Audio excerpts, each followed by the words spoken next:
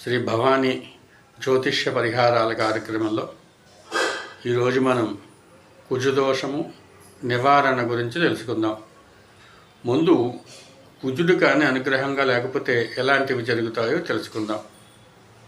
కుజగ్రహం కానీ మన మీద అనుగ్రహం లేకపోతే కనుక ఎక్కువగా గొడవలు జరగడం, కోపం ఎక్కువగా ఉండడం, ఎదుటి వాళ్ళని చూసేటప్పటికల్లా పక్కకు తప్పించుకుని వెళ్ళిపోదాం అనుకోవడం, ఏదైనా పని చేసేటప్పుడు ఇవాళ వదిలే రేపు చేద్దామని బద్దకించడం, రోగం, ఎక్కడికి వెళ్దామన్నా కానీ ఎన్ని మాత్రలు తీసుకున్నా ఏదో ఒక రోగం, అందులోనే వివాహం ఆలస్యం, వచ్చిన వాళ్ళు వస్తున్నట్టుగా వచ్చి చూసుకుని వెళ్ళి మళ్ళీ చెప్పకపోవడం, ఇలాంటివన్నిటికీ కారణాలు ఇంకా ఉన్నాయి. అది ఇలాంటివి ఉదాహరణకి చెప్పుకోవచ్చు.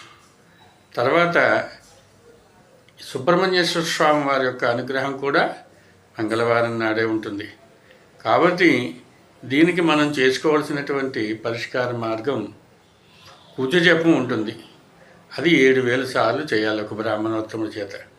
ధరణీగర్భ సంభూతం విద్యుత్కాంత సమప్రభం కుమారం శక్తిహస్తం అమంగళం ప్రణమామ్యహం అందరికీ వచ్చేటటువంటిది.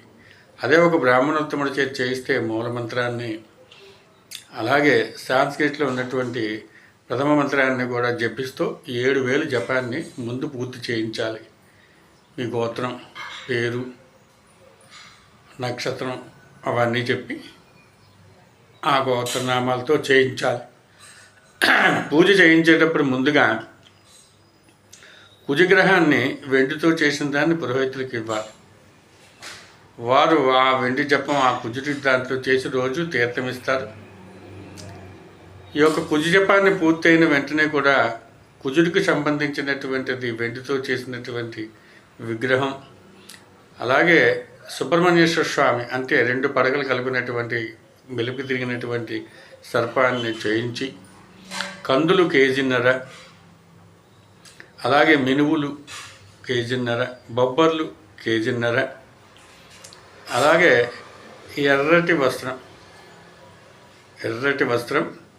కందులు, నాగసర్పం, కుజగ్రహానికి సంబంధించినటువంటి వెండి సర్పం, జపం పూర్తయిన తర్వాత బ్రాహ్మణికి గోత్రనామాలతో దానం చేయాలి.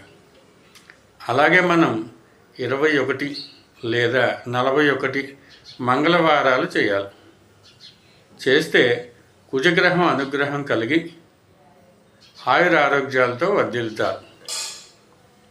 ఈ కుజగ్రహ పరిహారం సంవత్సరంలో ఒకసారి చేయించినా చాలా మంచిది. శ్రీమాత్రే నమః. శ్రీ గురుభ్యో.